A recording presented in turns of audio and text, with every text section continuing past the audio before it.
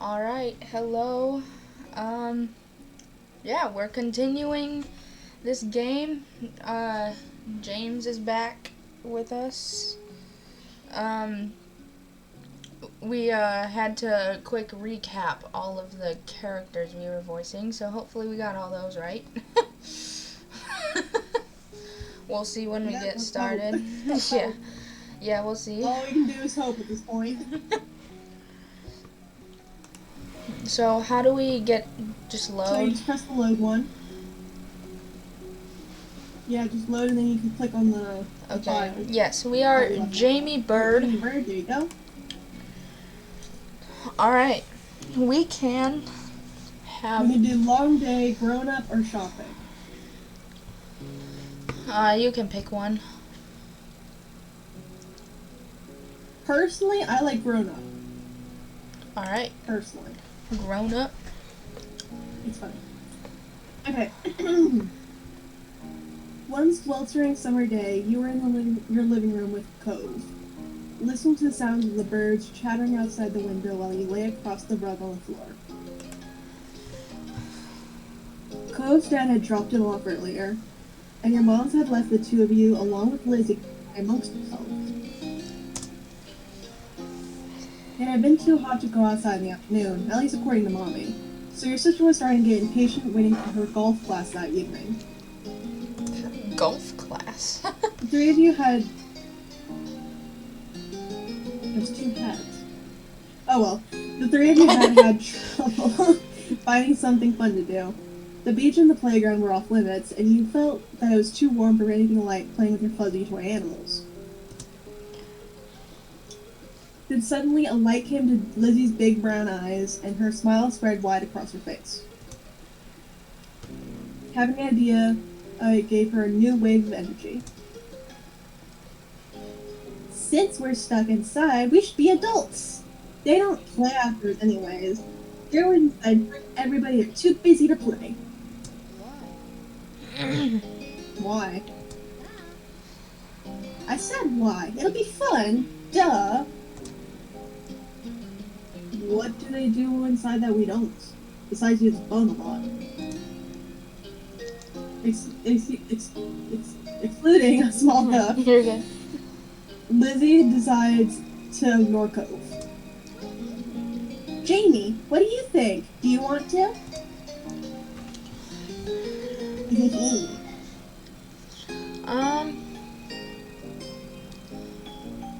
I think right now she's really on Cove's side to hopefully continue hiding the idea that they're being bribed. Come on! Neither of you have had one single idea all day. You could tell Lizzie wasn't about to give in anytime soon. Fine.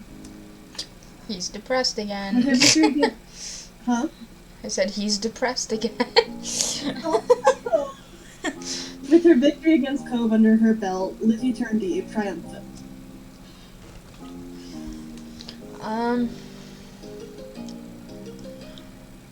She probably kept hesitating.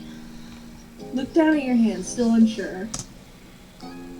Apparently tired of waiting for you to make up your mind, Lizzie sighed.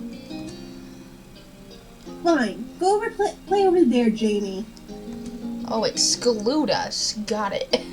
You flinched from her raised voice. It definitely wouldn't be fun to join now. Me and Cope will do it ourselves. It's decided. He looked back at you regretfully.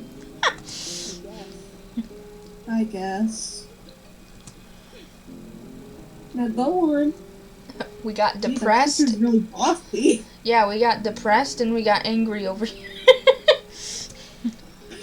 Like, this is nodding goodbye to the two of them. You trailed off to find something else to do. Like you promised, Cove stayed put with Lizzie for the next couple of hours while you Played played Godzilla. Godzilla. I love that. Played Godzilla. I love that. You can hear them talking as you set up a Godzilla obstacle course of books and toy builder bricks in the hallway. Trying to tune them out, you arranged some stacks of books in the middle of the room, pretending it was a city.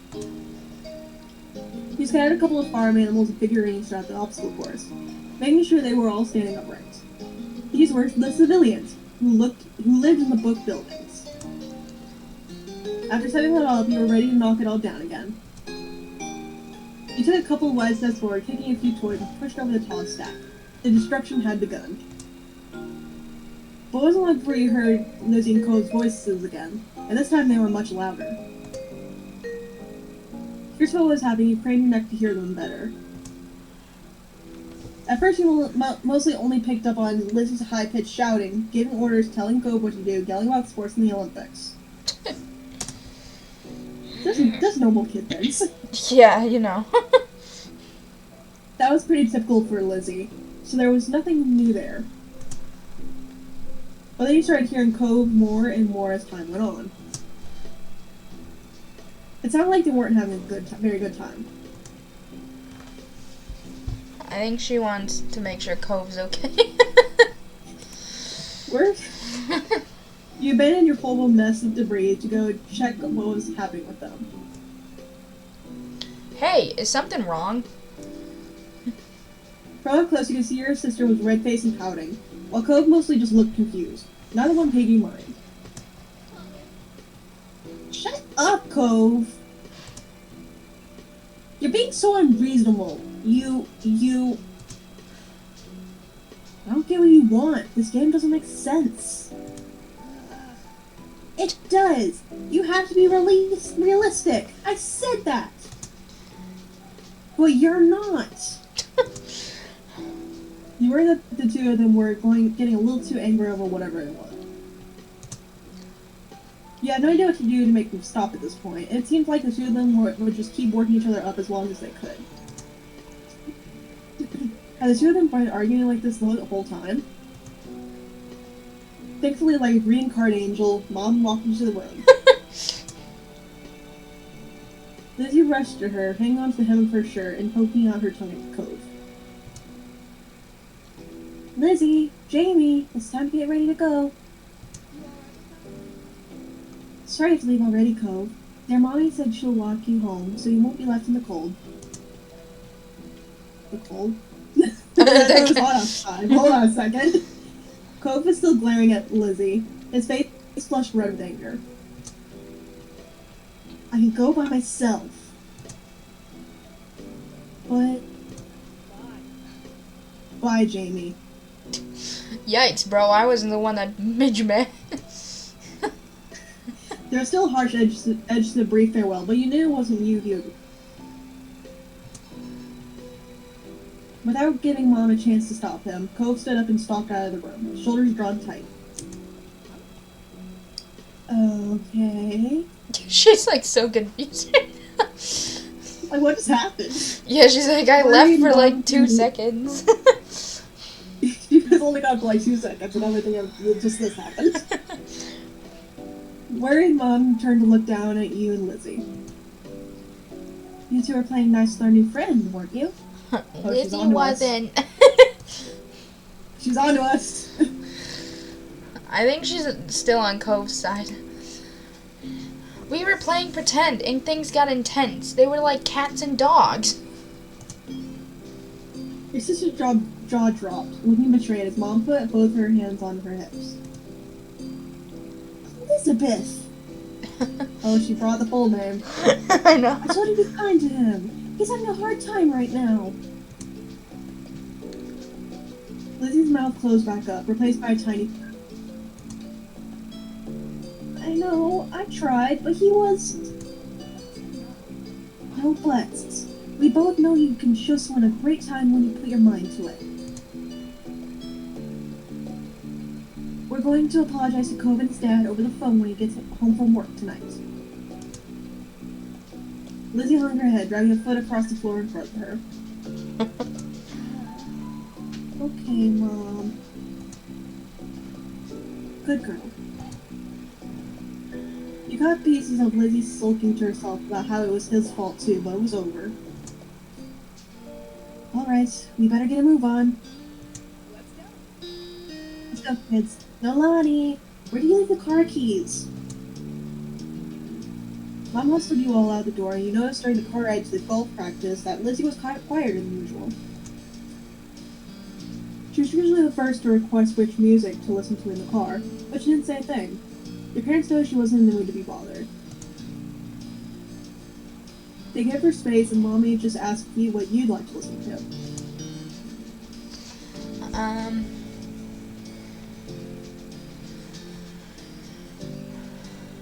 I feel like now she was on Cove's side, and Cove's not around, so she'll stick up for Lizzie.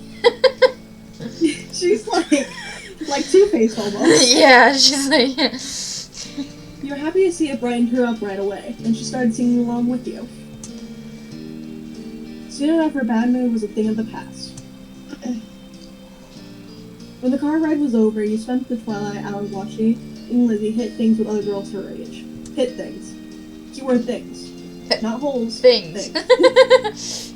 You didn't know much about golf, but you could tell that she really liked it, so you sat with your moms and tried to puzzle it out.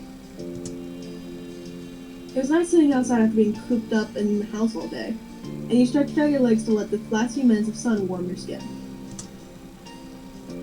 When the sun was finally outside, dipping behind the horizon, you all got ready to leave. Instead of going straight home, your moms took the family out to dinner.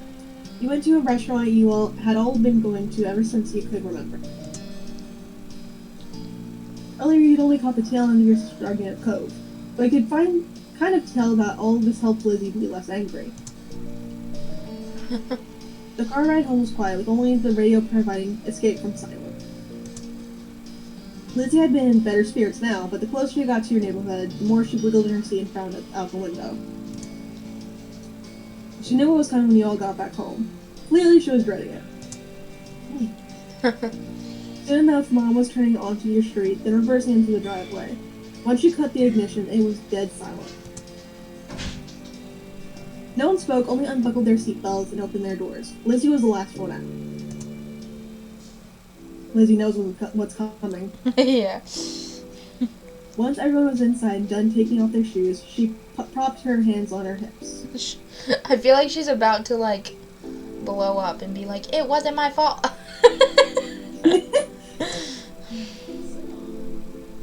Now then, Mr. Sullivan's car is in the driveway, so he should be back from work.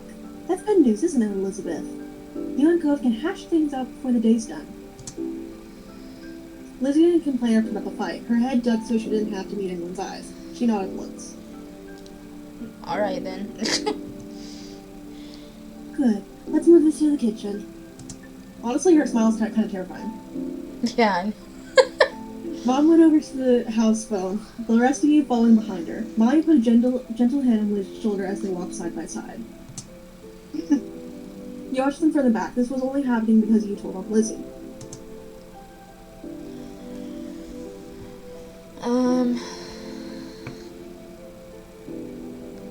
I feel like she's not harsh, because again, Cove's not around, but she's still on Cove's side. I'm sorry, it's just kind of funny how you word things like this. I love it. Being a tattletale didn't feel good, and you didn't, and you wouldn't want someone else to tell your moms everything you did. Still, your mom had asked directly, and you wanted to be a liar. Before you stood around the kitchen in a lopsided square. All eyes were on Lizzie, who kept her gaze on her feet. Oh, I didn't know she was doing this in front of everybody. Now that's a little weird. Well, the moms need to make sure she apologizes, right? You remember the number for Cove's house, don't you, honey? Lizzie jerked her head in another nod. Sullen. Without further prompting, she stepped forward and she began to dial.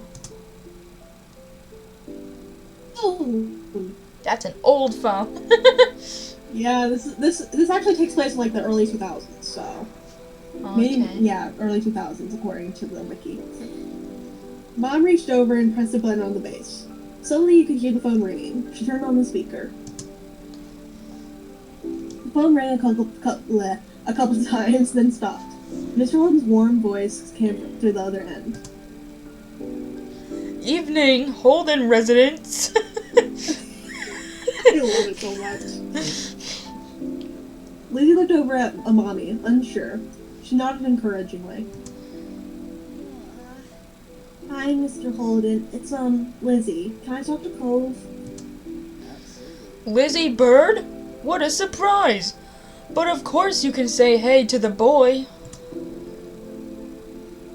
He sounded serious as usual, though it definitely meant it when he said it was a surprise. You thought hard, and you were sure that your sister had never called at Cove's house before. Mom spoke up before Mr. Holden or Lizzie could say anything. Her arms were crossed over her chest, and her lips pursed. Hi, Cliff. Nolani, Jamie, and I are here too.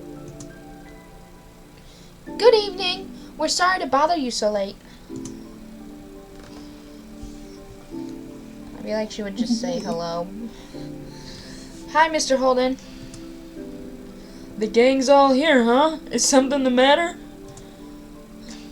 His voice grew a bit concerned. Mommy was quick to reassure him. No, well, yes, but it's going to be okay. Lizzie and Cove got into a bit of a fight today, so we're hoping the two of them could talk and make it up. Is this a good time for you and Cove? A fight?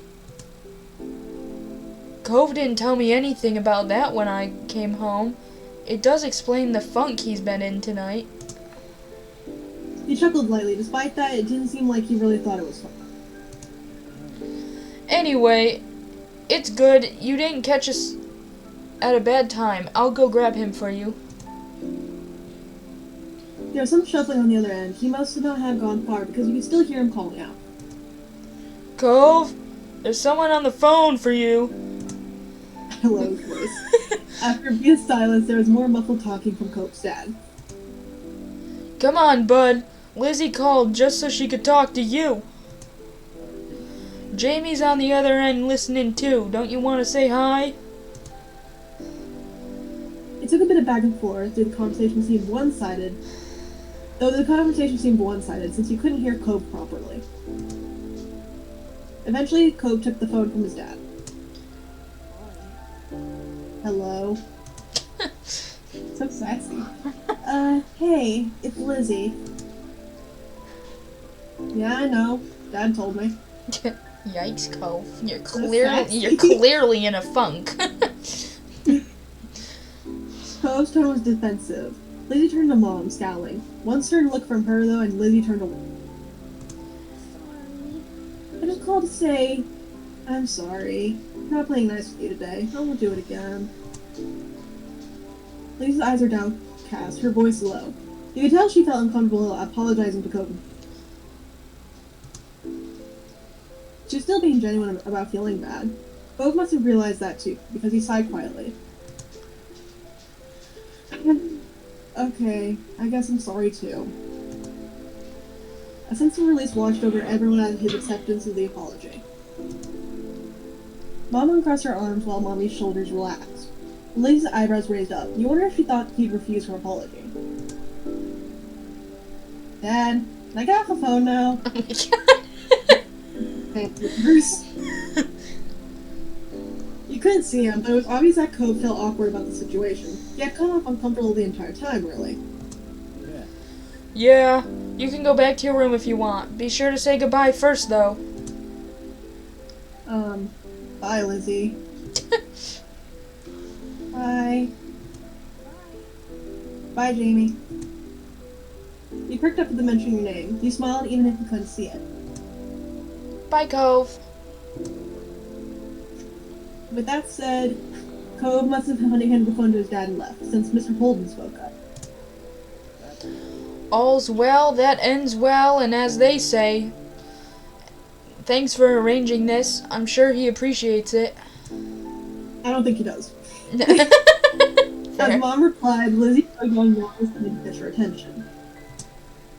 I go now too. Sure, sweetie. Thank you very much for apologizing to Cove. Mom flashed a brief smile at Lizzie and nodded her agreement. Given permission to leave, Lizzie scurried off towards the stairs. She seemed to be feeling much better with the incident behind her. Mom and Mommy returned to the phone, taking it off speaker. They continued talking to Mr. Holden. He couldn't tell what about. We were glad that was the end of it all. Lizzie and Cove might not get along, and probably still won't. But they weren't mad at each other anymore. Mom and Mommy weren't upset either. Everything was finally back to normal. With that thought, you retreated to your own room with a spring in your step. Alright. Grown up.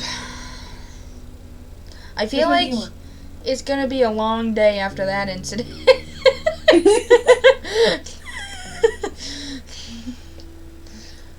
It was another scorching summer day, the kind where... Oh wait, your turn to do the narrator. Okay, I didn't know. It was up to you. It's okay, it's fine. I forgot to. It was another scorching summer day, the kind where no sooner had you finished one cup of water, you were already filling it up again. Everyone else had something on, so that afternoon it was just you and Shiloh. This didn't happen much, especially since Cove had arrived. Without Lizzie around, Shiloh looked to you for all the answers. It made you feel...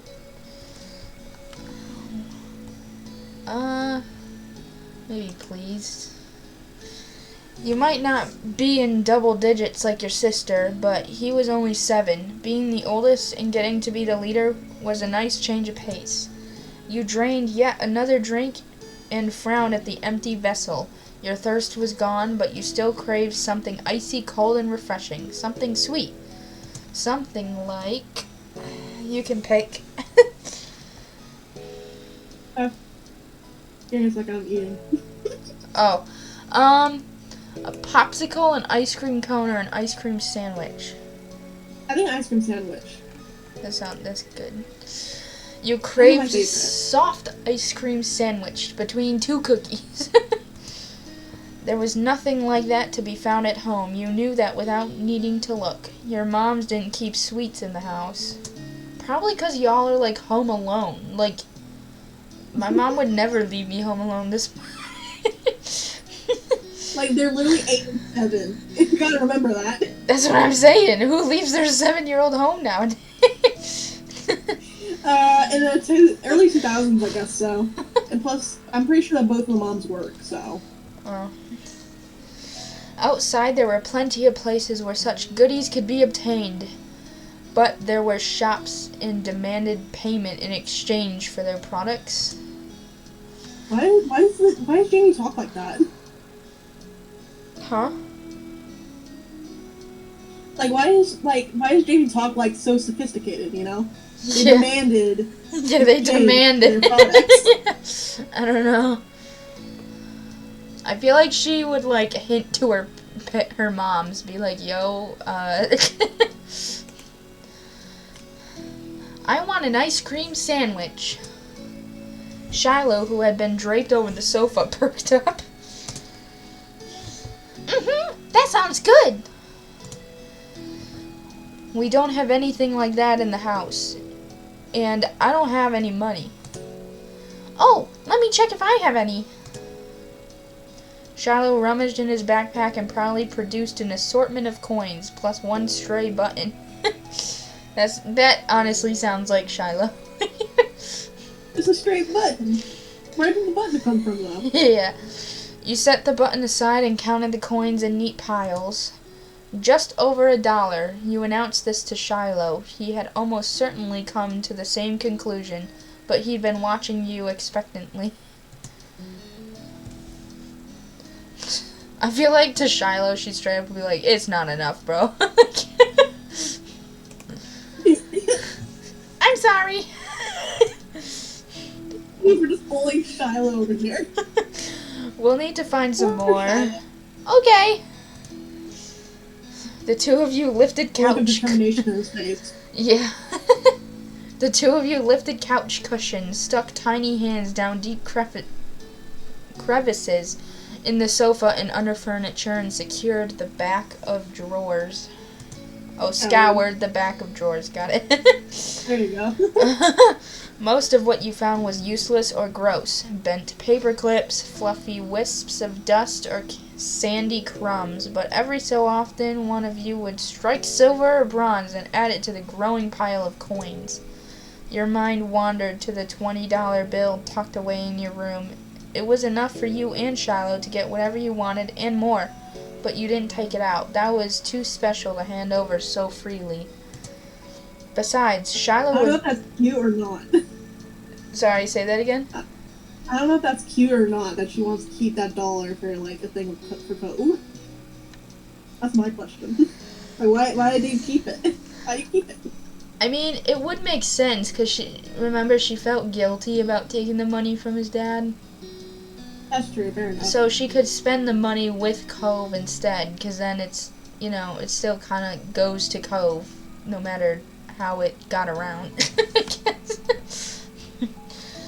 Besides, Shiloh would be curious about where it came from and might even mention your wealth to Lizzie. The exchange had been a secret. That's true. Shiloh's... Secret undercover Jamie. Yeah, Shiloh would totally say something. He's 7, what can you expect? Yeah.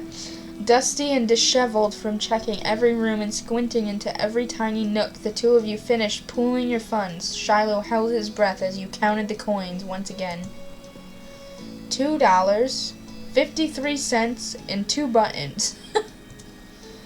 You didn't know when the second button had decided to join the party, but you were pleased with your successful haul to throw it out. Is that enough? I love how, like... So I love how, like, we were just like, oh, there's a random button. Yeah. We have another button. It probably belonged to Shiloh, too. 2 buttons belong to Shiloh. It might be off his overalls. Probably true. You figured he knew the answer, but you appreciated him recognizing your authority on financial and ice cream matters. You straightened up before making your pronouncement. What's a pronouncement? Isn't it an announcement? I don't... It said... It started with a P, so... Yeah, but, like, isn't it announcement, you know? Yeah, I think it's Why just... would I say pronouncement? Yeah, What does pronouncement mean? Hold on a second. I think it's just a synonym. Probably. Continue. Yeah, we got enough. You can now afford something at the shops. Just one thing, but that was infinitely better than none. Shiloh clapped his hands. Yay! Aw, Shiloh's adorable. And then we just teleport. Yeah, and you teleport. The two of you dashed outside. The promise of sugar bowed you on your destination where breathless but happy. You stared at the overwhelming number of options. You knew what you wanted, but it wasn't just you who had contributed the funds to get the treat. He seemed to notice your pause. Aren't you getting an ice cream sandwich? Shiloh asked as though he was entirely separate from the decision rather than someone with a stake in the outcome. Why does Jamie talk like this? I don't know. Do you mind? Shiloh cocked his head to the side. It was your idea. You should choose. You went ahead and got what you wanted. You are really... I feel like... That little face. Yeah, with that with that face, it has to be we gotta both get what we want. We love it. Look at that face. It wasn't fair for you to be the only one to decide. He'd been a main factor in making this happen. Some of the money came directly from his backpack. I mean, that's true. I forgot. And the 2 buttons. Don't forget the 2 buttons. Yeah. What do you like? All of them. They're so good. You pressed further. But what do you really like? Popsicles or ice cream? Which is your favorite? Ah, it's so hard to pick. I don't know. Oh my goodness, child. I feel like he's just trying to play on us now. Like, oh, you just... Come on, you pick what you want. You know, that kind of thing? Yeah. Frustrated, you cut to the heart of the matter. You want me to choose? Yeah. And that was... Yeah. And that was that. You got the dessert you wanted originally and hoped. Shiloh would actually like it too. Finally, the reward for all your hard work was in your hands. You bit the ice cream sandwich. The chewy chocolate biscuit complemented the creamy vanilla ice cream inside. You held it out to Shiloh so he could take a turn. He shook his head. You can finish it. wow, I nailed that. I heard him say it, and then I said it. Yes, I love that. Yeah, this is actually kind of voice acted, so if no one else heard that, it's voice acted, and that's...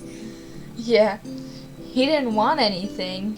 After everything he did to help get it, that was weird. Shiloh is one odd little duckling. I feel like, I mean, I would do this. You accepted the offer. I'd be like, thanks for the ice cream, bro. Oh, you gotta be like, what oh, okay, George. Sorry. I was gonna be like, well, what would Jamie do, though? What would Jamie do? And then I was like, oh, wait. Yeah, there was no point in arguing. It was already melting under the rays of the sweltering summer sun. You eagerly tucked back in. The cold, sugary treat quenched you in ways that the water just couldn't reach. The two of you... Why does the child talk like that? I don't know. I know I say that a lot, but why does she talk like that? I don't know. The two of you began to head back home as you ate. You were glad, too, to get the treat all to yourself. Only half wouldn't have been nearly as good. Well, at least he looks happy. Yeah. Even so, you couldn't help but wonder what Shiloh was thinking. You walked side by side on the shore in silence, but your thoughts kept drifting to the boy beside you. Look how happy he is. He's so content with you eating your ice cream. Honestly, I would not stand for that. You would want someone if to I was share? following that prediction, I would be like, no, give me the ice cream. Give me. Why didn't he speak up for himself? It was almost as if Shiloh didn't know how to say what he felt, or he was too afraid to. Straight up, are you scared of me?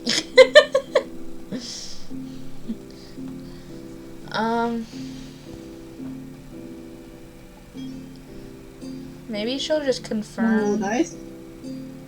What? Wanna roll the dice? Wanna roll the dice? I can actually do that. Sure. 1 through 4. Let me grab it. It might take a little bit, but it's worth it. We must figure this out. Why do I get ads? What? Don't question why I get ads on a Paradise.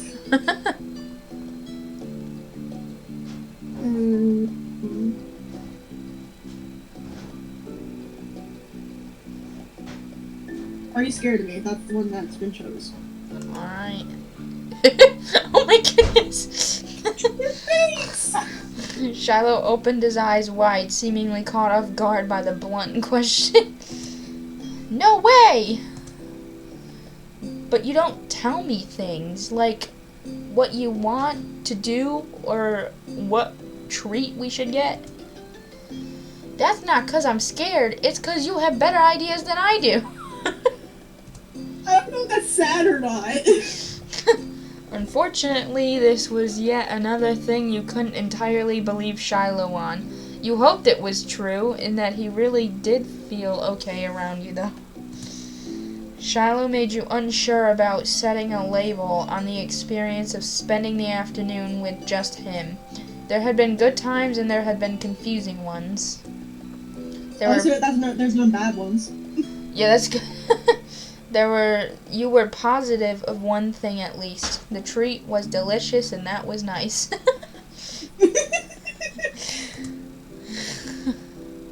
The sun was low on the horizon as you returned to your neighborhood. There you spotted two familiar figures up ahead, Lizzie and Cove. You opened your mouth to make your presence known to them just as you saw the tears on Cove's face. Oh no, he's depressed again! Here we go! You walked. Here we go again. Yeah, you walked straight over, Shiloh at your heels. Once there, you. I feel like she's like, "You good, bro? Like, what happened?" You good, bro?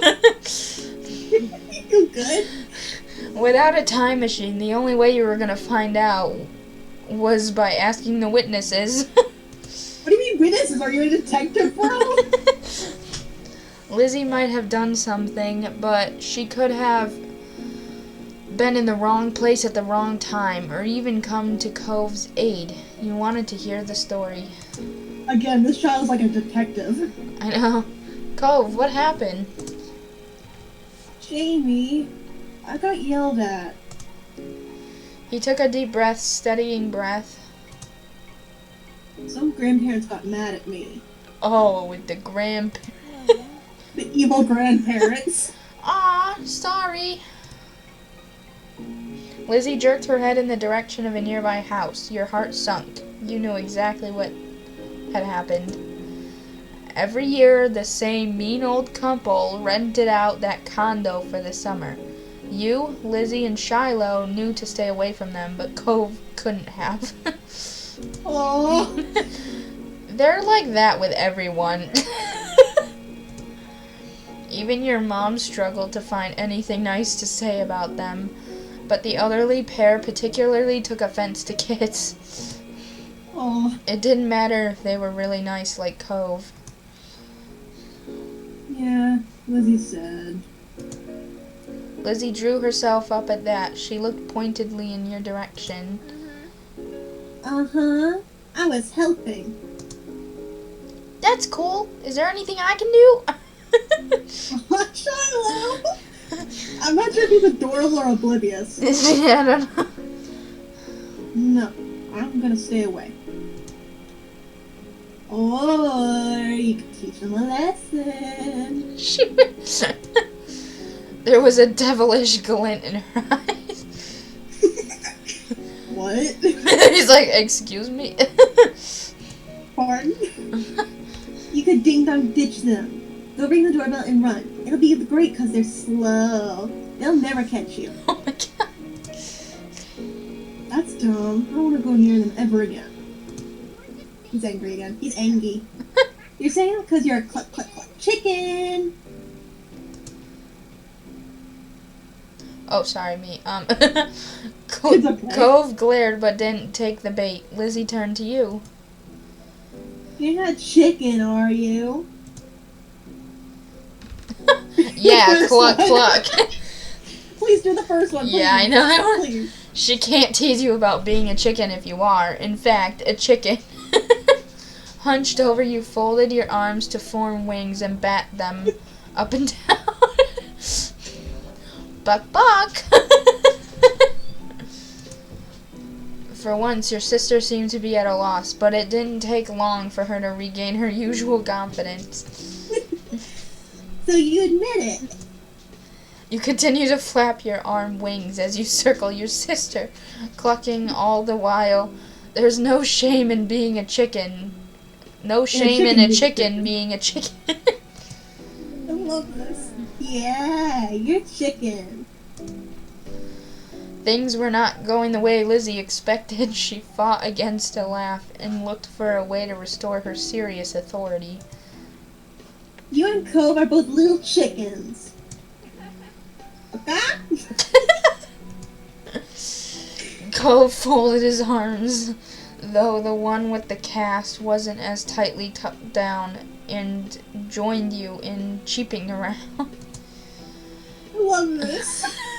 It was hard to cluck through the giggles that rose up when you saw him imitating a chicken, but you still both gave a first-class performance. The door to the old couple's condo flung open to reveal one of the culprits. Behind Cove's tears, you froze, wings raised. Imagine that. Okay, I'll do this. Okay. You let anyone have a bit of peace and quiet? He must not be a fan of theater or farm animals, as well as kids. That was the only explanation for his outburst, which was far louder than anything you and Cove had done. Go on, beat it. It was Dang. distinctly unfair, but Cove's lip was trembling and you thought it would be best to heed his command. Lizzie took off with Shiloh, immediately trailing after her without as much as a glance back in your direction. Dang. So much for your friendship. You waved your arm at Cove, summoning him to follow you, and ran after Lizzie. Yes, we summoned the Cove. The The old man's hollers propelled you all from the street to the sanctity Sanctity? of the hill. Only once you were safe did you notice the stitch in your chest and the ache of your legs. You flopped down, the blades of grass tickling your face. Lizzie, who had taken the lead in the end, was already lazing on the ground. The four of you took a moment to catch your breath and enjoy the feeling of cool grass against your skin. Hey, Cove. Cove lifted his head. I told you there were mean grandparents around here. Cove rolled his eyes, then decided this wasn't dismissive enough, and rolled his whole body away from your sister. He's so sassy, I love it. Lizzie chose to ignore his response. They're like both sassy to each other. It's like an old married couple. You can't deny that. Lizzie chose to ignore his response and started chatting to Shiloh, who eagerly joined the conversation. I swear, Shiloh, you're just here. Yeah, he really is just here. In the back of your mind, you knew you'd be second fiddle again to Shiloh once Lizzie came around. It always went like that.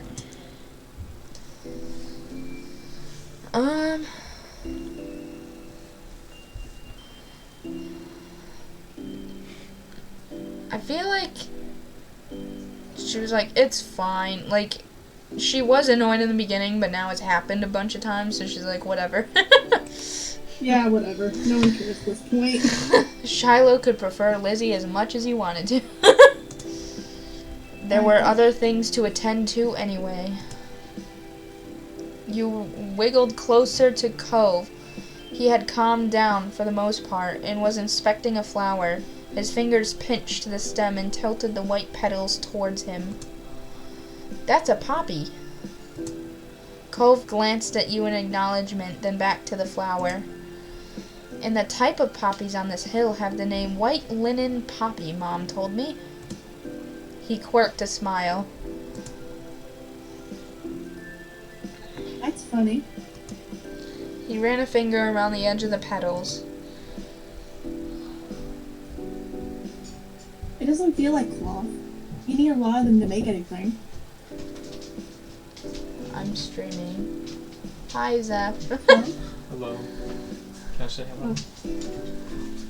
My brother's here. You can say hi, James. Hello. Hello. We're playing. It's a very long name. We're playing. Sorry, it's a long name. I'm not. We'll find out. Our life beginnings and always. It's a pretty long name. Oh, you were trying to think of the name? Yeah, I was like, I could have helped, but I didn't know what you guys were talking about.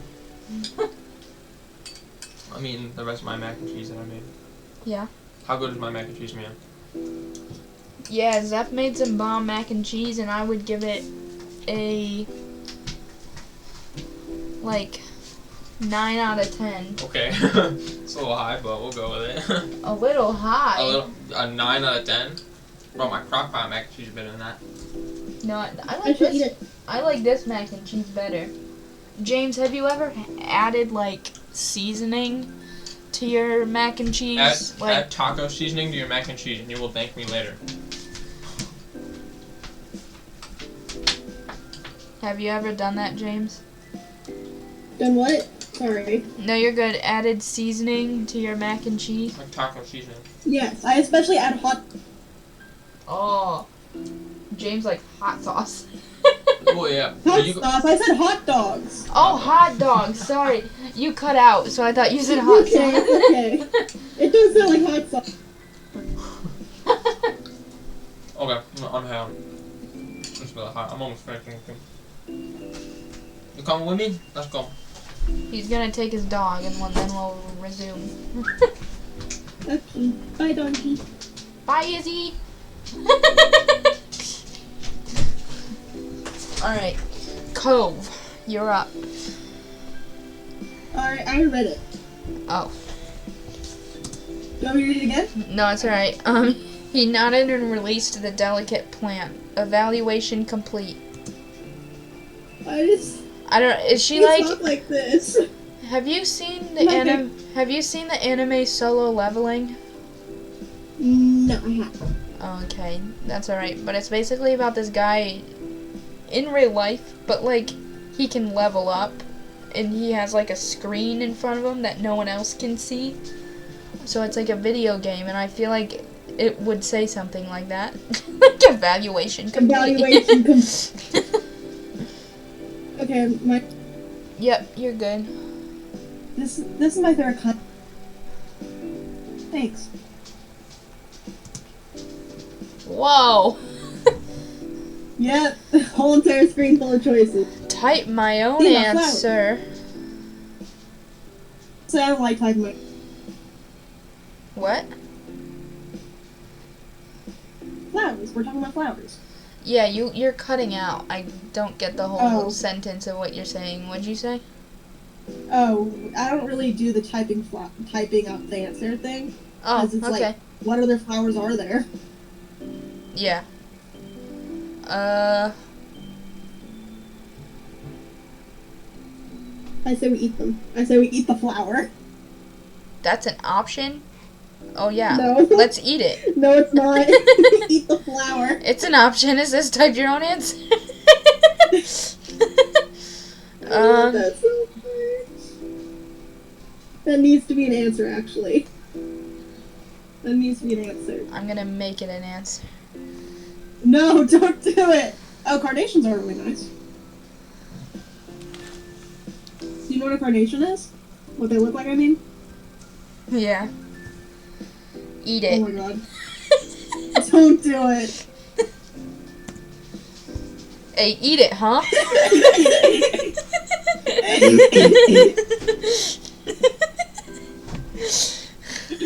At least you said neat. Okay, go to the next one. Please, not read that. Thanks. Okay, I'm good. You moved onto your back with a small smile and looked at the darkening sky. The blanket of clouds reminded you of a thick throw you curled under on cold, rainy days. You wondered if the clouds would be as soft. They lazily... They are. I've touched them before.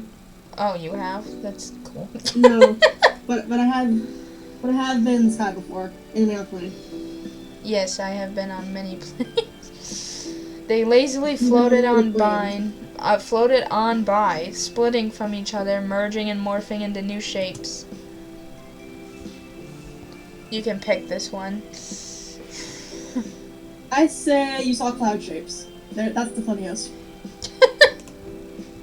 You nudged Cove and pointed at the sky, like, can you see that cloud up there? What does that look like? Cove looked up at the sky, angling his head back into the side. Finally, he shook his head. I don't see anything. Really? Really? What do you see? Clouds!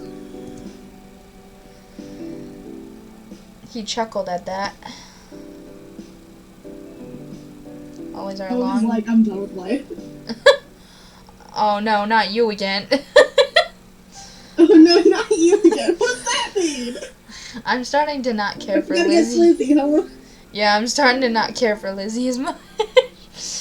Ouch. Sorry.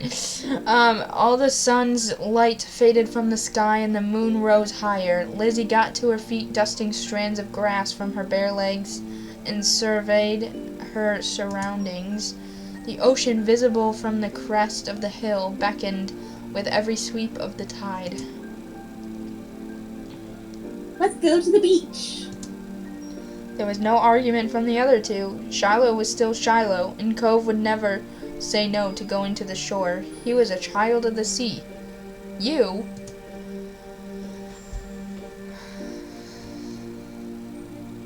I feel like just happy to be with others, or do what others wanted. The beach wouldn't necessarily have been where you chose to go next, but if that was what the others wanted, then you weren't going to spoil the fun. You stepped onto the sand for the second time that day, but it felt different at night. The beach was nearly quiet at this hour. Abandoned sandcastles and footsteps in the sand, too big to belong to any of you, were the only indication of how busy it had been only hours earlier.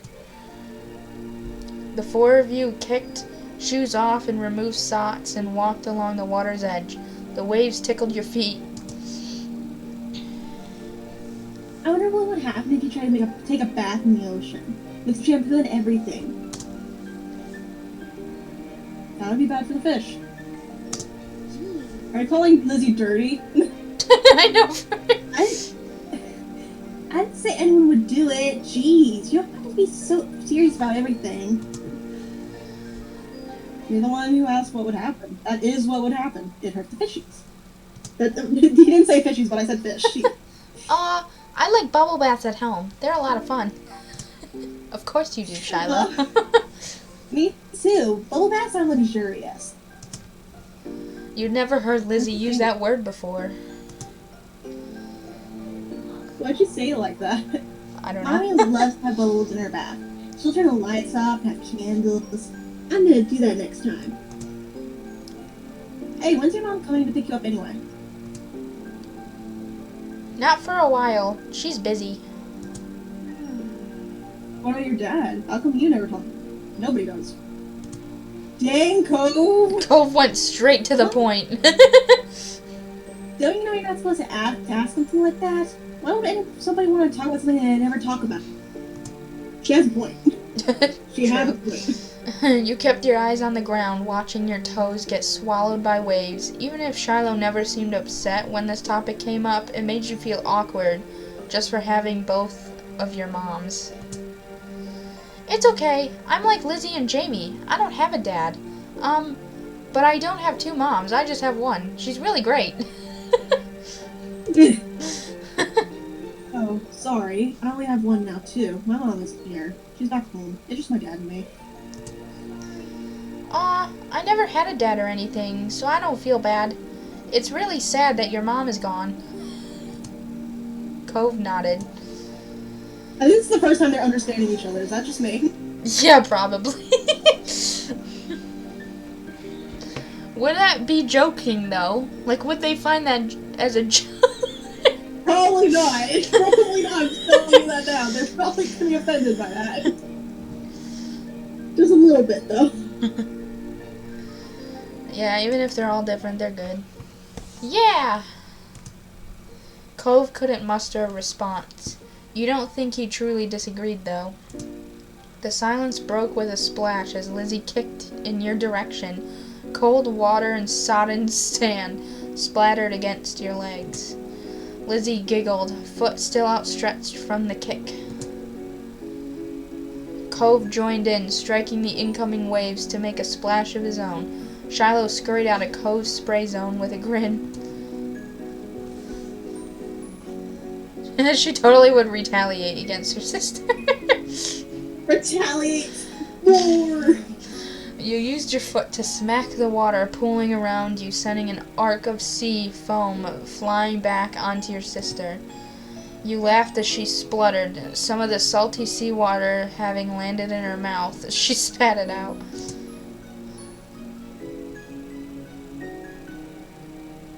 Yuck. Lizzie chased you, intent on revenge. You dashed up and down the coast, taking it in turns to be the predator and the prey, as well as joining forces to take down Shiloh or Cove. Alliances were silently forged and wordlessly broken. Everything was fair game in war. Ah! Oh no. Shiloh's brief exclamation was drowned out by the biggest splash yet, caused by him falling face first onto the ground. That would have been bad enough without the wave that followed cascading over his prone body. Shiloh said, "What?" Oh no! Shiloh sat up, shaking his head like a dog coming in from the rain. As you all hurried over to check on him, his hair was plastered to his head, and his soaked clothes clung. If there was any part of him that was still dry, you couldn't see it. How was crazy. Are you okay? Yeah, my foot got stuck and I fell over. Poor Shiloh. Way to go, Shiloh, you Dumbo. Lizzie You're Dumbo just... anymore. Very cute. She just probably helped him up.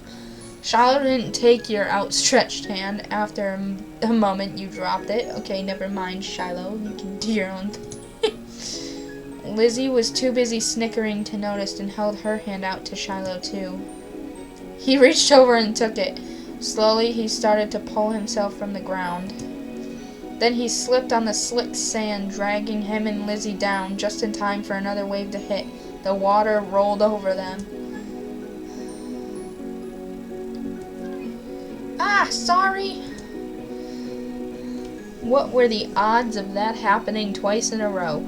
You thought they must be low, but there's no way Shiloh would do something like that on purpose, then pretend it was an accident, especially not to Lizzie. Even if your relationship with Shiloh felt unclear, he did at least like her a lot. Lizzie was his favorite, right? Smiling boldly, Lizzie extracted herself from the ground and wiped a streak of sand from her cheek. She didn't intend to let this embarrass her.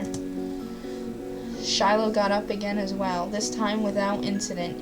He still looked like a drowned puppy, but that didn't stop. That's a bad example, isn't it? Yeah, but that didn't stop Cove laughing at the two of them. With that, it was time to call it a day. The four of you made the journey back home, leaving a trail of wet footsteps and sand in your wake.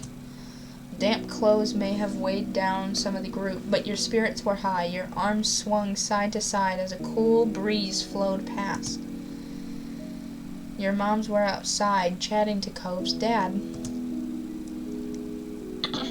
We're back. Your mom's faces fell as they took in the state you were all in, ranging from messy to soaked. Elizabeth, is that all you have to say for yourself? You brought half the beach back with you. My mom would totally say that too. Totally.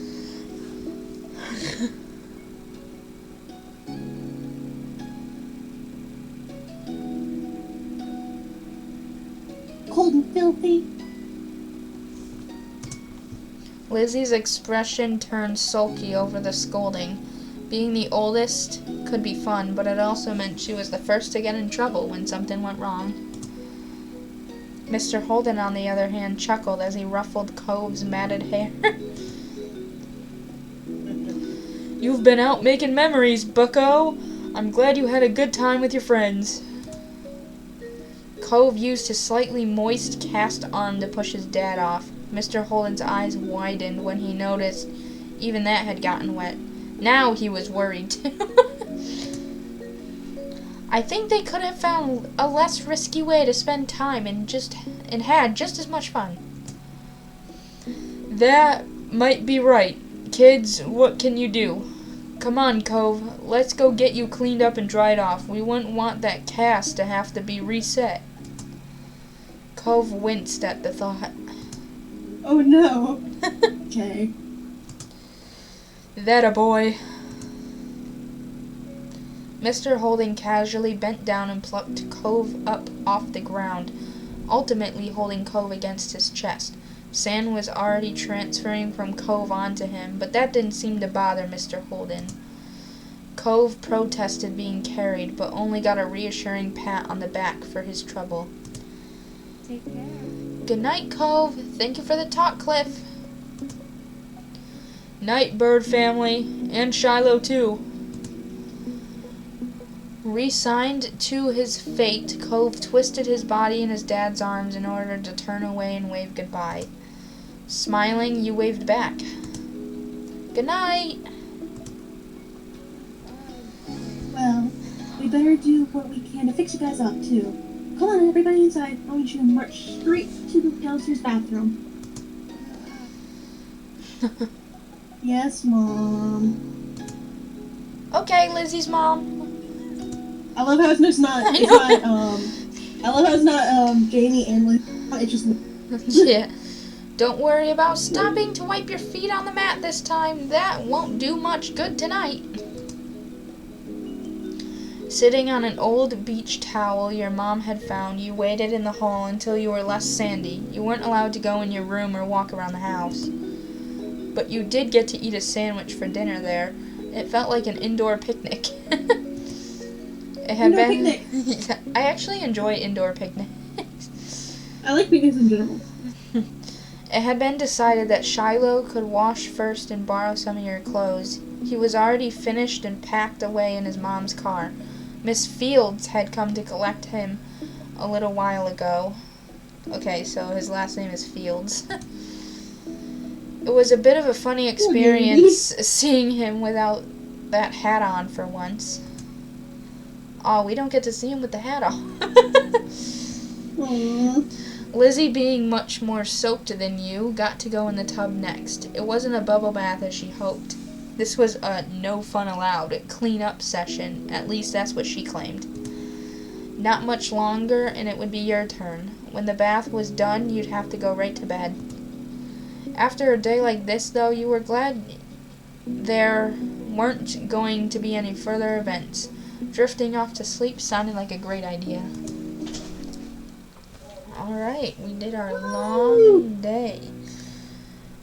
Do we want to take a break here real quick? Do you want to take a break? I'm good. Keep going if you want to. I already Alright, finished all my food, so. alright. We're gonna take a quick, 5-minute break. It won't be long. Okay.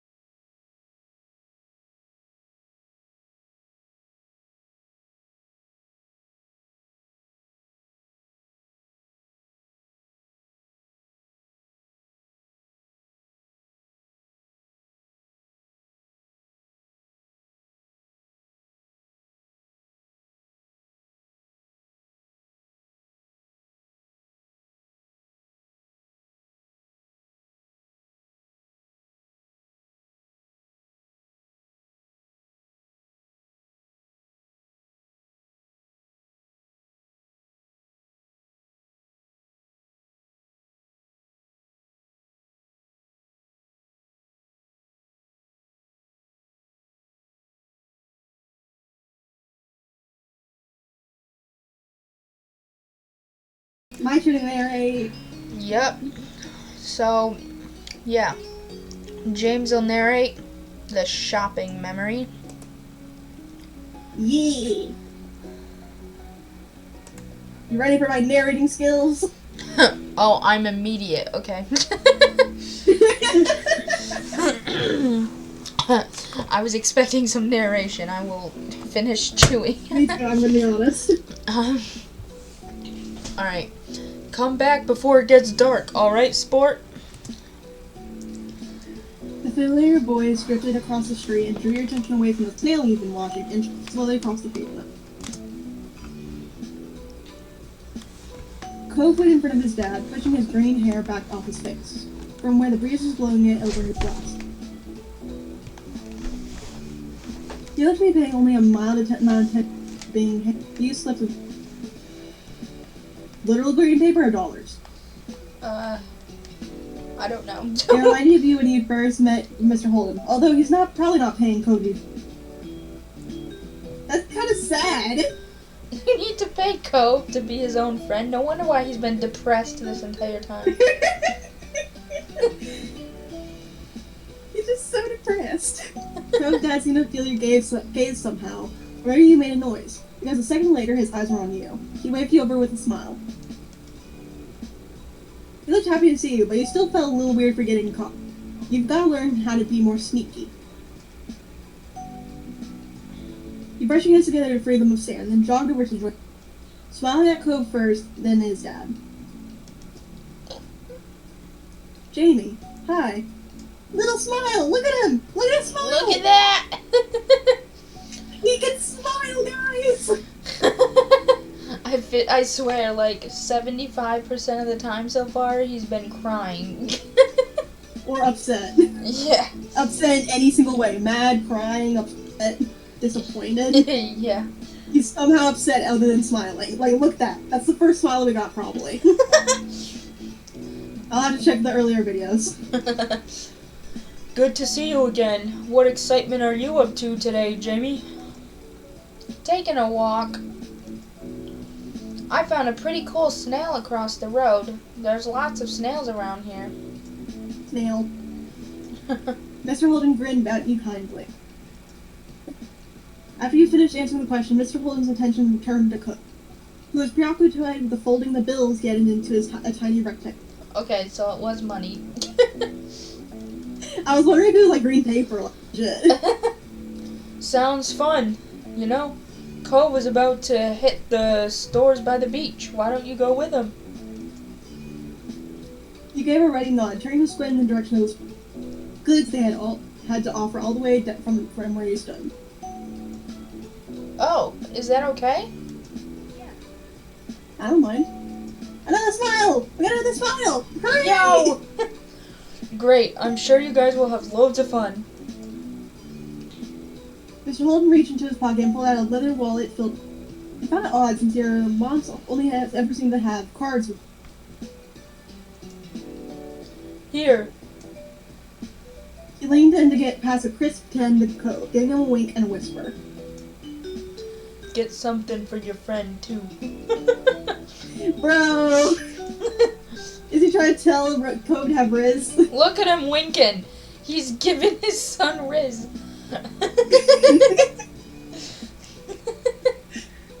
Sure. That's my boy.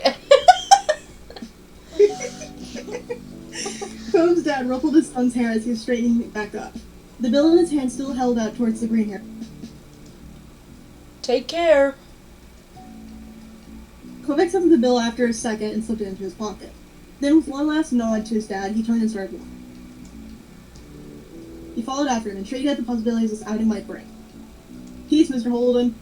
Teleportation. Cove strayed towards the gentle tide creeping up the sand and he fell into place beside him. It was a nice day, the sun was shining and there weren't any clouds in the sky. They say there aren't any clouds in the sky, but what's that in the sky? What is it, smoke?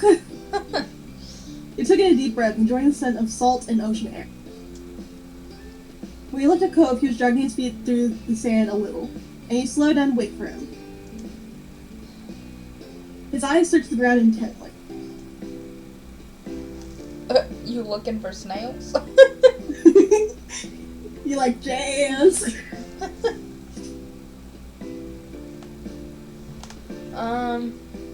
Shells or snails? Snails. Snails. Bob looked over at you, wrinkling his nose. Who would want something like that?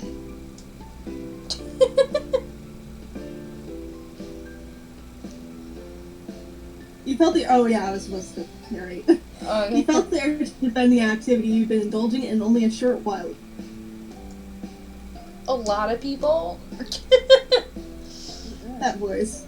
No way. They're weird. You can't take them anywhere because they're bugs. You have to leave them alone. Are snails bugs? Yeah, I would consider it a bug. But it's not— it doesn't have legs. How's it supposed to be a bug? Bugs are bugs, I don't know. I'll think about that later. I'll search it up. Cove chuckled to himself, and that ended the discussion. He can think what he wants, and he'll think your own things. The comforting sound of the waves filled the silence with pleasant white noise. And he played a little game with himself as he walked along, getting as close to the water as possible without getting wet. It resulted in you having to run up the sand quickly when a wave rushed in more than a few times. And although Cove threw a few glances your way, he didn't say a word.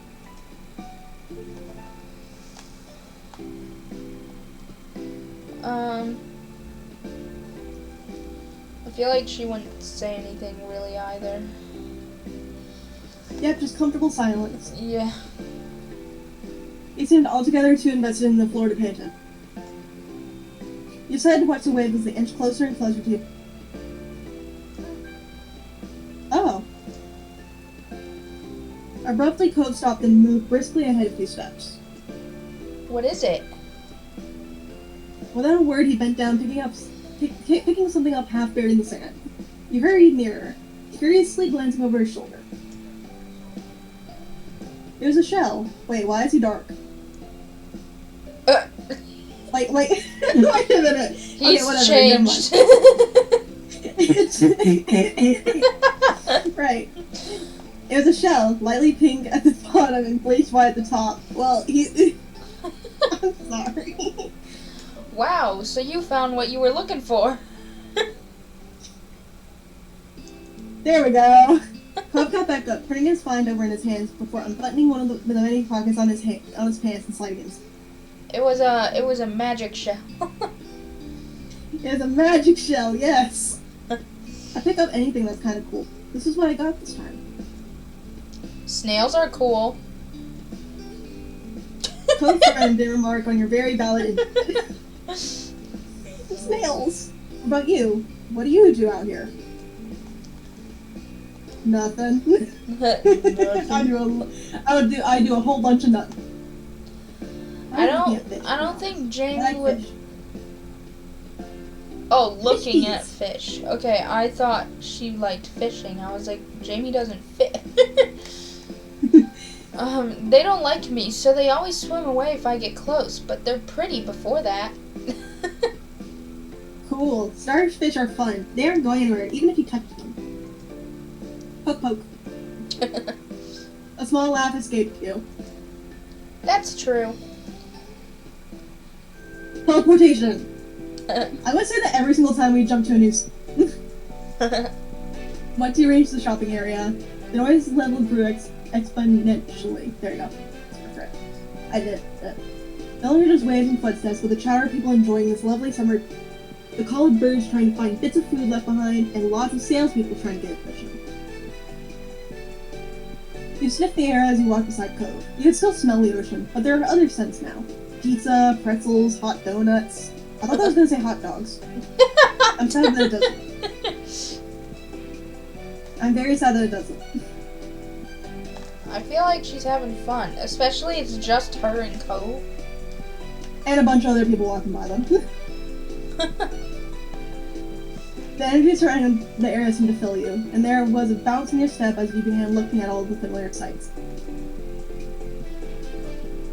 There were so many things to do, you didn't know where to begin. You looked to Cove, hoping he was just as excited as you. That face doesn't look excited. Cole was glancing over from one side of the street to look in his aqua so he couldn't quite work out. What's that? Cole pointed to a large crowd of people gathered near a few tables with large, colorful umbrellas. Umbrellas.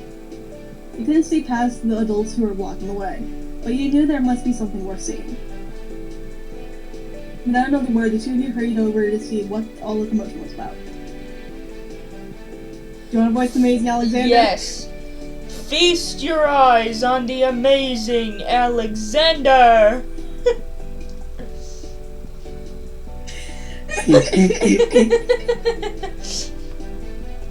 Oh my god, I'm crying. Okay, I'm good. In the center of the crowd was a man with a tall hat and a funny green coat that had 3 long tails. There was a little table next to him with a cloth hanging over it that read, "The Amazing Alexander," glittery golden script. Oh my goodness, I love that. Why tell people his name if it's already on the sign? Oh my god, Cove. Why is Cove like this? Cove hummed with understanding, that then turned to walk away just as the amazing Alexander began to shuffle it up. Dang, he's gonna walk away before it even starts. I know. Maybe we could stay and watch? Cove glanced back at the man. He then briefly lifted his arms up off his sides before returning them to place. You grinned, waiting for him to follow you as you raised back to... With that, it began. The magic man pulled one card out of the deck, showing it to the curious onlookers. It was four of diamonds. This is important. Watch closely. You did, squeezing through a few of the adult onlookers to get a better view. Oh my god, Cove, why do you look so upset? I know, bro. Like, bro, are you good? Suddenly the man snapped his fingers and the card just disappeared. I think Cove's upset because Jamie's attention is on someone. That's just a theory. Just a theory. Whoa! I thought. The amazing Alexander, who had earned his title, turned his head and looked directly at you. He reached out with a kind smile. What's this behind your ear? Nothing. Nothing. It was true, he didn't keep anything there. He smelled like popcorn and candy when he stepped closer, and you wrinkled your nose in confusion as you watched him. You felt a tug and then he pulled the four of diamonds out from behind your ear. What? You knew that it couldn't really have come from your ear, but you still didn't get how he done it. There was some light applause from the crowd, and the man gave a deep bow. This is for you. The magician plucked a pair of balloons from a clump of them tied down to his feet. Both were in the shape of a dolphin instead of being a normal circle. Oh, finally Cove's interested. And one for your friend, too. Thank you for being my assistant. Wow. Literally just one more wow. Now you were really grateful he showed you. After that, he went to someone else in the crowd. Pick a card, any card. That. My uncle does that every time he visits. Not the balloons, he's not with cards. They ain't gonna ruin the fun, Cove. Yeah, I know, straight up, he's like, I know someone like that, it's not real. Like, he's... Ouch. Cove spoke plainly while reaching over to take the dolphin that had been Disney. Enjoys the spoils of wars, but knows the tricks. I feel like she's like, at least I had fun. Like, whatever. Like, jeez.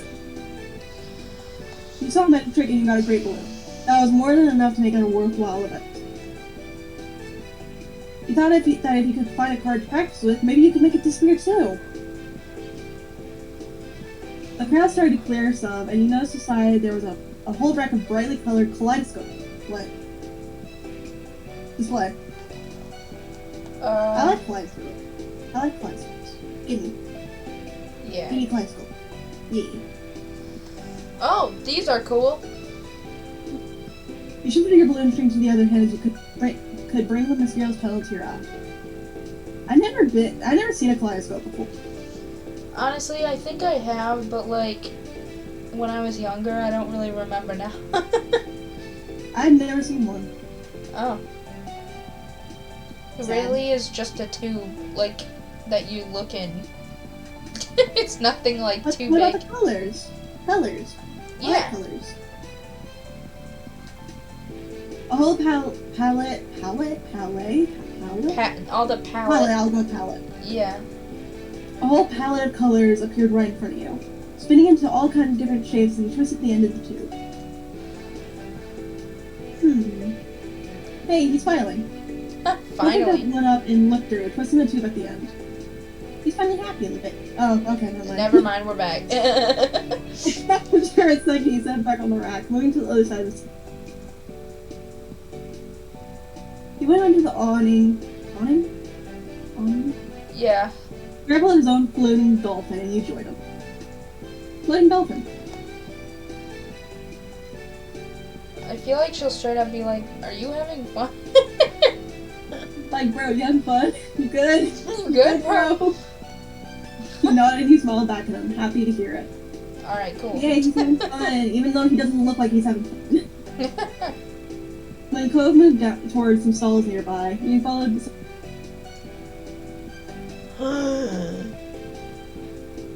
Look at him! Crab. While Cove looked at sand pails, you were grown to a table with colorful keychains laid out on it. There were sewn in the shape of sea creatures, and there was a plaque that read "Handmade," standing proudly in front. That's cool.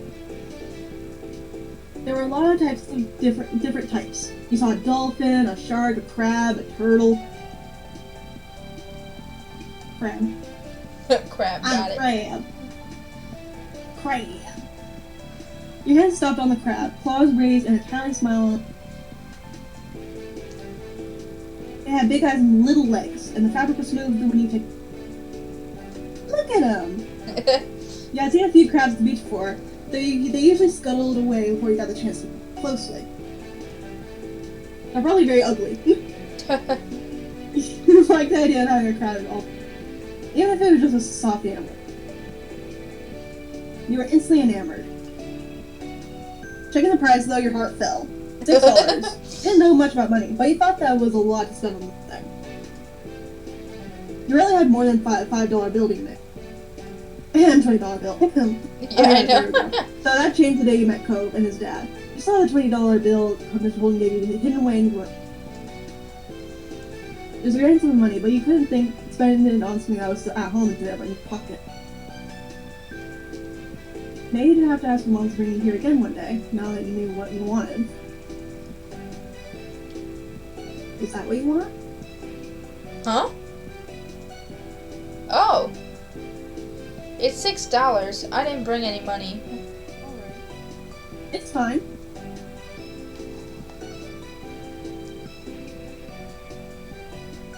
I feel like she's like, "You sure?" You good? You sure? Cliff took his keychain from his hands and that was that. He was holding a small yellow bucket for himself too. I was always gonna get you something. I already got the money for it. Aww. He smiled, pleased to have things work out.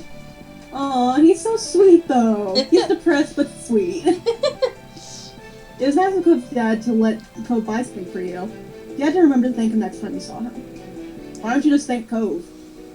Yeah, I know. Wait a minute. Cove just bought that for you. Yeah, Cove did. Not his dad. Oh well. Guess it's childlike behavior to think of that. After Cove paid, the two of you stepped out of the store side by side.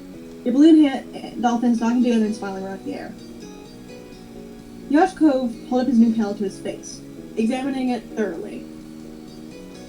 Hey, Cove. Yeah? The first one, oh Your god. dad gives out a lot of money. Away, huh? I feel like she would do the keychain. Thank you. It's nice. Hey, now you say thank you, Jamie. Yeah, yeah. There we go. Cove looked further down the street, where different food carts were lined up. He rests his non-cast arm over his stomach, and just as he did, yours let out a blood growl. Can I just say that why are two 8-year-olds walking around on their own? I don't know. Can I just say that for one split moment? Yeah. Like, my parents would never let me do this. I feel like I couldn't even go into, like, another room without it. I feel like their situation's different, because aren't they on, like, an island? No, they're not. They're according to the wiki and according to makers of this game, they're in California. Oh, California. Yeah. But I guess this is a very small town, if I Yeah. remember correctly. And didn't they say that, Jamie's parents, or moms, like, knew most of the people there? I think that is true, as well as Jane as well. Yeah, like, they probably just feel very safe where they live. Yeah, and the only really newcomer, Yeah. so. You hadn't eaten since breakfast, and after all of this wandering about, you were definitely ready for some lunch. Let's get some food. I love Cove. Yeah. Cove. Not Code, Cove. Cove. You two wandered around a short while, looking at all the delicacies that were available. Everything looked delicious, and as the different smells, both sweet and salty, wafted over your stomach growled even louder. I said stomach. That makes no sense, does it? After passing up hot dogs, snow cones, ice cream, pizza, ice cream, we're having a flashback over here. I know, for real. You both agreed on pretzels. I want a pretzel. Can I have a pretzel? I have soft pretzels in my freezer right now. I want an actual pretzels. You know those big giant pretzels that are like dough, kind of? Like, with like a bunch of salt on it and you can dip it in cheese. oh no, I haven't heard of pretzels shaped like Really? that. No. It's like, do you know Auntie Annie's? Aunt Annie's? Oh, yeah. Yeah, those pretzels. Oh. Okay. Oh, yeah. I call those soft pretzels. Oh yeah, soft pretzels, that's the name. Okay. Yeah. That's the name. Oh, I've got something sweet and cinnamon. Cinnamon. Cinnamon. And you. Cinnamon. There you go. Got one with cheese. Cheese! That's what Pay would say. Cheese! Yeah. You licked your lips hungrily as the vendor handed your pretzel, ready to take a big bite. It's covered in gooey melted cheese, just the way you liked it. It seemed odd to get a dessert pretzel or an eating meal. Zoom in. Zoom in. Close up to the beach, that the grit of the sand made terrible noises when you dragged the chairs to sit down. These balloons are gonna make it hard to eat. Clove placed his book on the table. He stared at his balled up hand that was wrapped around the string. Oh, he looks sad! Oh no! You opened your mouth to agree before an idea hit you. I know. After carefully placing your pretzel somewhere where it wouldn't get sandy, you took the dolphin balloon out of Cope's hand and tied it in a delicate bow around his wrist. That's what I always did with my balloons. I don't know how to tie things, so I couldn't tie balloons, and I hated balloons anyway. It was very hard with a balloon, so you would have to have somebody else tie it onto you. Yeah, I hated balloons as a kid. They were too loud and popped. Oh, yeah. Oh. Cope found his arm up and down in place, testing the stability of your nose. After watching his balloon jostle around but remain attached, he smiled satisfied. Aww, look at him! Can you do it for me? See, you have to have someone else do it. You can't do Yeah. it yourself. You have to have both hands. You repeated the ritual. Cope struggled somewhat with the cast, restricting his fingers on a string already tangled around the other. That face is the one of concentration. Got it. As you can spend a moment admiring your handiwork, both hands now free to allow easy munching on your pretzels. You bit into the doughy treat, savoring the taste on your tongue with a smile as you looked over at the ocean. After some time, you finished your pretzel. You're done before Code. It was boring not having anything to do. You pull the string of your balloon to bring it down to your level. Then you hold the dolphin in your hands, manipulating it to make it look like it was jumping through the air. If you turn the face towards the beach, it almost looked like it was swimming in the waves like a real dolphin. A laugh came from your side. When he glanced back at Cove, he had left the remaining part of his pretzel off the wrapper, and he was gripping his balloon too. Well, dolphin too. My name's Merryweather, Splash, Cherry, or Sam. I love Sam. They're just a regular dolphin. Like Sam. You sighed, thinking about how great it would be to have a pet dolphin. What's yours? Cove considered his question, placing the balloon against the table and resting his free arm across it in contemplation. It's... With a loud pop, the dolphin exploded into ribbons. Oh.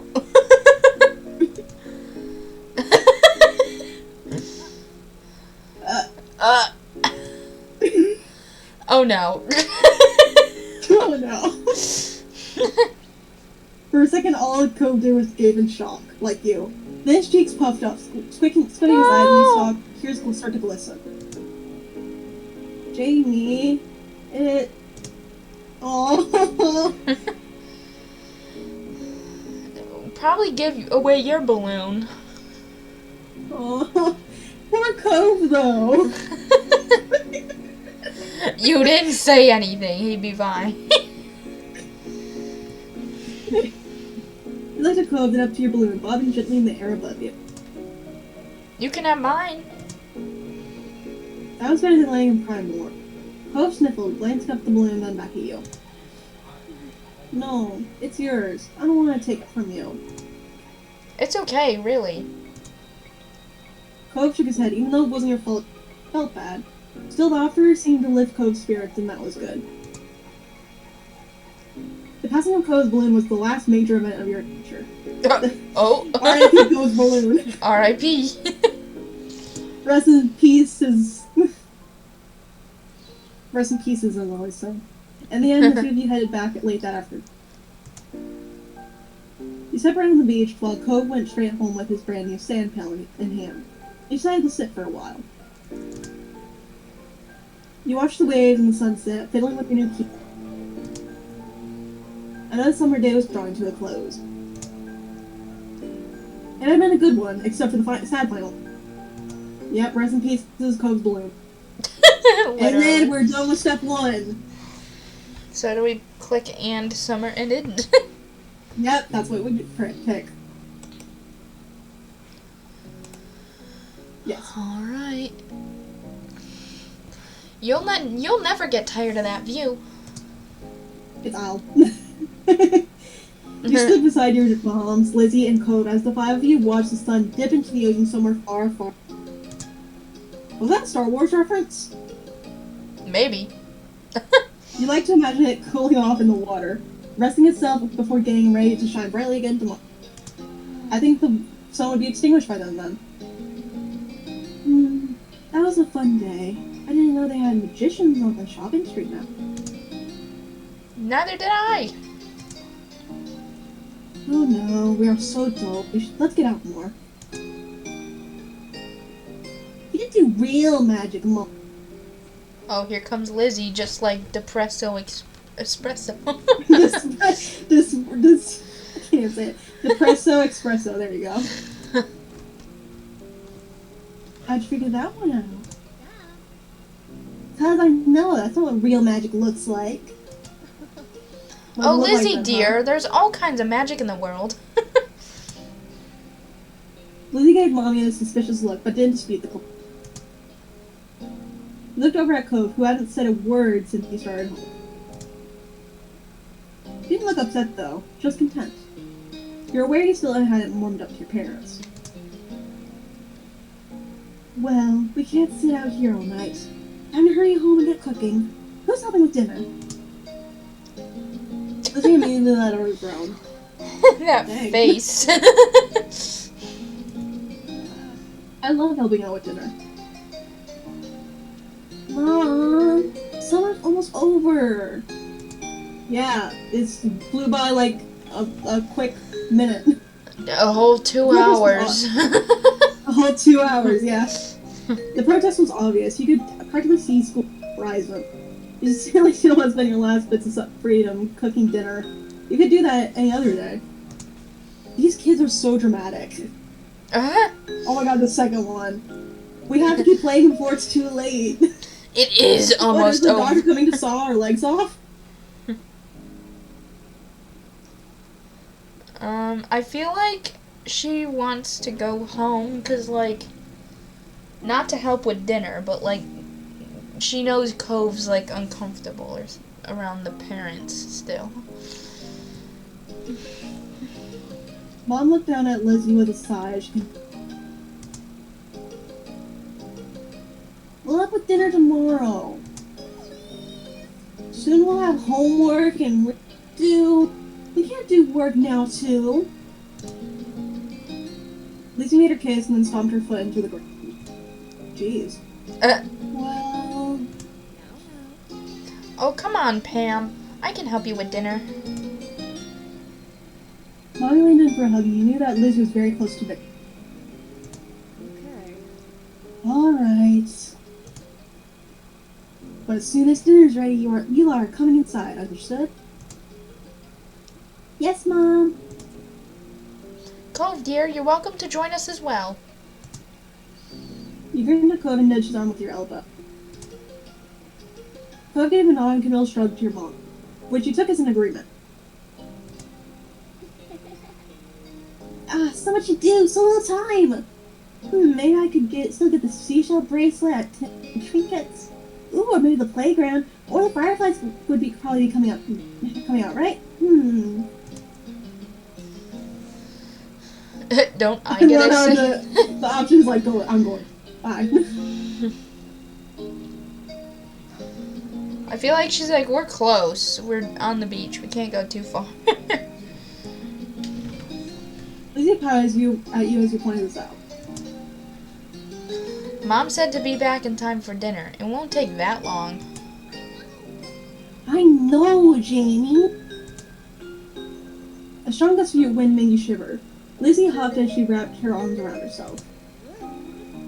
Doesn't the wind know that summer's not over yet? That's all Lizzie said before abruptly turning on her heel and heading off in the... Where are you going? I went to my room. I have lots to plan if I want to make the most out of tomorrow. You thought this over, looking off towards the water again. Lizzie didn't wait, and before long she was disappearing off again down the road. Meanwhile, Cove was going in the opposite direction, heading for the beach. Easy. Easy. You stay with Cove. Cove gave you a smile that you couldn't help but return. Cool. You made a little gesture that you interpreted as follow me, and then started heading to the waves. Cove knelt down, picking up something you quickly identified as a smooth rock. Where did you get rocks at the beach? Look at this beach. There's literally nothing on it. It's just yellow. I don't know. There's a piece of grass in the little side. He Yeah. ran his arm back, then tossed it out into the water.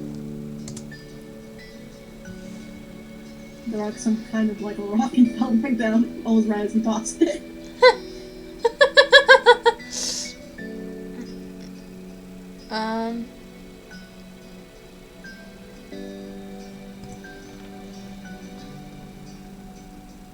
You can't skip rocks in the ocean. No, why not? Why not? Why not? You thought about it for a moment. Because of the salt? What? Huh? You were so baffled. Not in that way. Lizzie did sometimes when she wanted to pretend she knew what she was. Cove squinted at you, and you let your eyes wander back towards the water as a tiny smile curled. I'm not trying to skip rocks anyway. Huh. Oh. Cove's looking down at his cast, scratching idly at the surface, even though you were pretty sure he... His brows were furrowed, and there was a frown on his... not fair. I've had to wear this cast for ages. I can't even swim. He's Depresso Espresso again. Or Upspresso Espresso. I don't know more. You know, like How'd you get it? you know, like the coffee, like espresso. Yes. Yeah, that's what I said. Depresso espresso. Yeah, but what would be the angry version of that, you know? True. Espresso? I don't know. Is it espresso or espresso? I With an have X no or an clue. S? I heard a song that was espresso with an S, but then I heard the drink with the X. I'm confused. How'd you get it? I was jet skiing. Aren't you 8? Cool. Cool, you broke your arm while jet skiing. You beamed at him. You had never gone jet skiing, but you'd seen others do it all the time from the shore. It looked impressive. Cliff was a little taken aback by your outburst, but after a second he gave a small nod. He then continued to explain. I crashed. He gestured to his arm as if to say, and this was the result. It's hard to believe you're allowed to jet ski. Well, I'm not. Okay, here's the story. You stole a jet ski. Oh. How did an 8-year-old steal a jet ski? Oh, he's Depresso Espresso again. Cole let out a huff, flopping down onto the sand.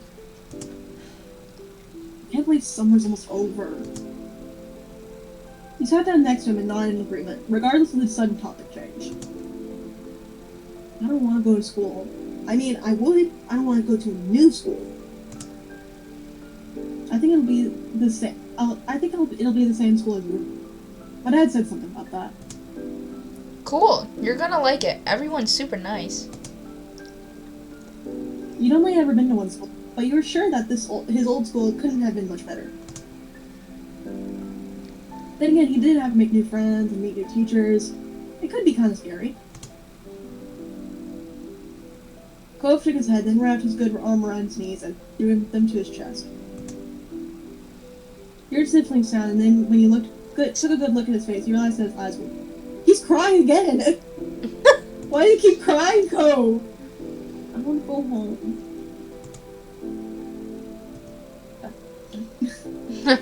You never had to move before, but you thought you could understand. If you had to go to a new school all of a sudden with all new people, you'd probably be dreading it too. Even though you sort of maybe understood, you still weren't sure how to help. Okay, I'll see you later. Cove gave his head a small shake. No, I want to go back home. Right, Cove wanted to go back to his old home. The one that sat waiting someplace far from here. The one he would bring up whenever he felt this sad.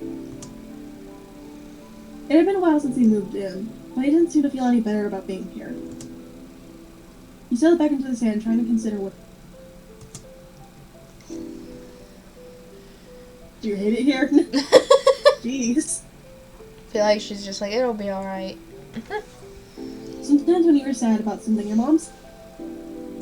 Aw, he's crying again!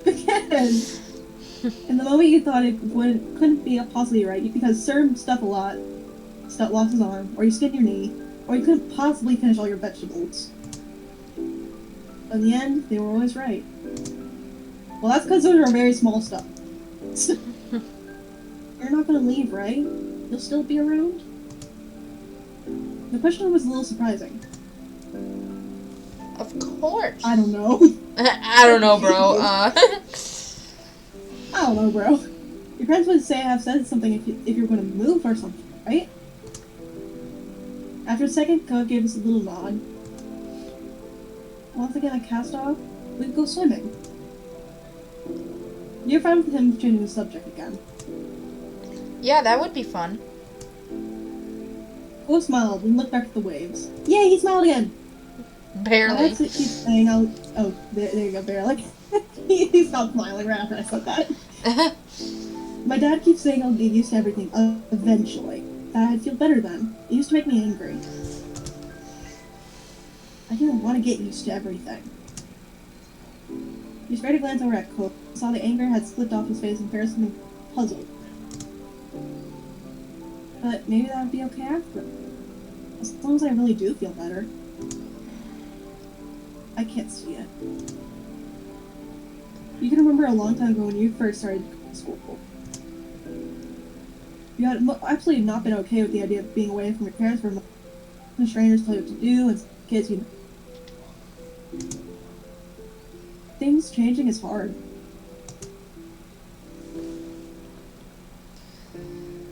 Oh, a little holding hand thing. That's. I love it. Cole laughed just a little, but you grinned. Proud that you were able to drive one out of him when he was obviously feeling. So he did smile in the end. He smiled! Oh, now he's crying. Once more. He's crying again. God dang it. I feel. You got the feeling that they were different tears than the ones from before. Oh, he's happy tears. That's I good. hope next summer I'll surf and go exploring, and everything will feel like it's supposed to again. You will. It will. The two sits quietly, just taking the sound of the. You hope that Cove would be able to accept his place in his new. You definitely try to help in what ways you could.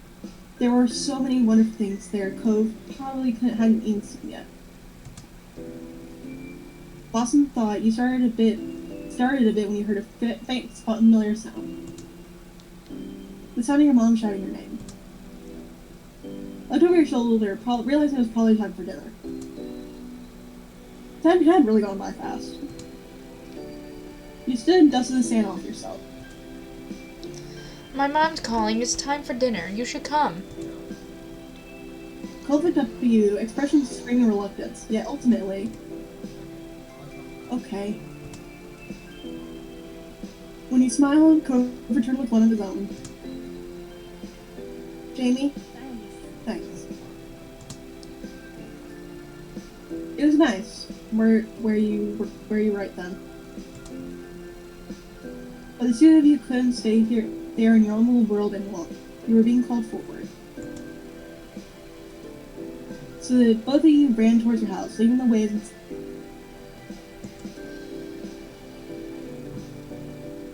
Oh, alright. Whee! In between. Hold on. If you click on here, there should be a save button. But basically, we're going to customize our character again. But this time it's like a teenager when they're 13 years old. Oh, I think. okay. Wait, 13 years old? Hold on, wait. Yeah, 13 years old. Okay. So you just customize your character again, or you can just leave them the same. I wonder if there's a longer hair? Yeah. Like, it grew out. Like, she grew it out over her life.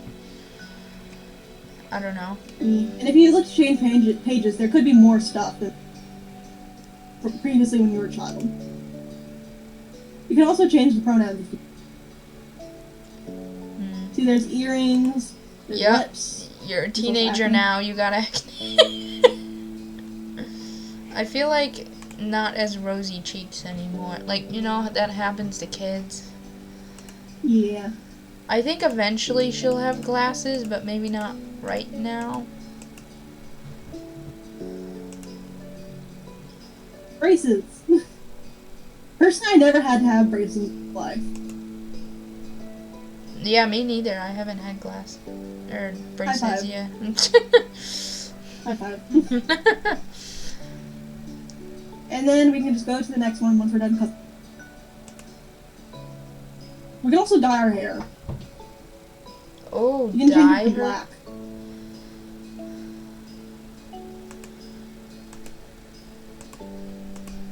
What would be? Oh, that looks like me, with the front blue and the back. I love it.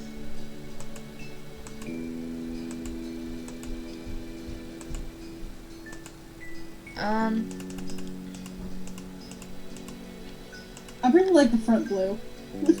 Blue? Cool. Yeah. Yeah. I haven't changed the back either, so. What? But I haven't changed the back if you don't want to. Alright, we'll leave the black the original. And she'll be like me with blue in the front. Yeah. And just with pink eyes. Yes. I love her pink eyes. Yeah, good, because you can't change them now. Oh, There's no okay. such thing as contacts in this world. Oh, I see. Okay, yeah, you can. Alright, is there a way to save right here? Should I hit done? You have to click on the done button, and then there'll be a... for sure. Oh, okay. Yep, see, save. Oh, wait, yep, save. Right there. You just save it over the previous file. And then you're good. Alright, cool, cool, cool. Well, thank you, James, again for joining. Thank you to any lurkers who were in chat. No chats today, but that's okay. Yeah. And me and James will, continue doing this, as far as I know. So, stay tuned. And we shall eat whatever pretzels we find. Yes. And pop balloons, apparently. Yes. Oh, Alright. just to remember, remind you guys, R.I.P. Cole's Balloon, February 26th. Yeah. Alright, well, bye. 2025. R.I.P.